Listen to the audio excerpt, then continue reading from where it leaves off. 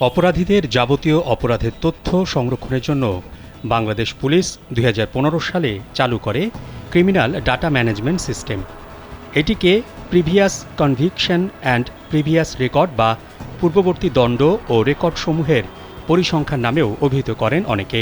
পিসিপিআরে পতিত আওয়ামী লীগ সরকারের সাবেক প্রধানমন্ত্রী শেখ হাসিনা নামে থাকা ধর্ম কলামে লেখা হয়েছে নাস্তিক, যদিও তার মেয়ে সাইমা ওয়াজেদ পুতুলের নামে ধর্ম কলামে লেখা হয়েছে ইসলাম।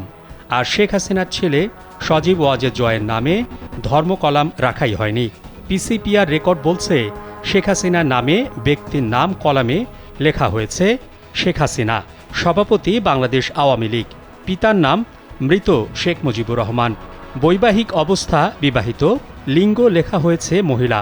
ধর্মের কলামে লেখা হয়েছে নাস্তিক। ব্যক্তির থিম কলামে বলা হয়েছে হত্যাকারী। শেখ হাসিনার বয়স লেখা হয়েছে ৭৬ বছর। সিডিএমএসে তার একটি ছবি যুক্ত রয়েছে। পুলিশ কর্মকর্তারা জানান, ফৌজদারি মামলা সংক্রান্ত তথ্য ব্যবস্থাপনায় পুলিশের কেন্দ্রীয় সফটওয়্যার বা সিডিএমএস অপরাধীর সব তথ্য সংরক্ষিত থাকে। এটি খুবই গুরুত্বপূর্ণ।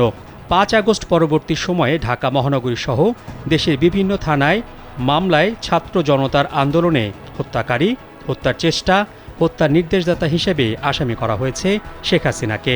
সংশ্লিষ্ট কর্মকর্তারা বলেন, ২০১৫ সালে ঢাকায় ও ২০১৬ সালে সারা দেশে সিডিএমএস চালু হলেও গত ৫ আগস্ট পরবর্তী সময়ে প্রথমবারের মতো সিডিএমএসে যুক্ত হয় শেখ হাসিনার নাম। মামলা তদন্ত সহ যাবতীয় কার্যক্রম ডিজিটাল করার অংশ হিসেবে পুলিশের পক্ষ থেকে এই উদ্যোগ নেওয়া হয়।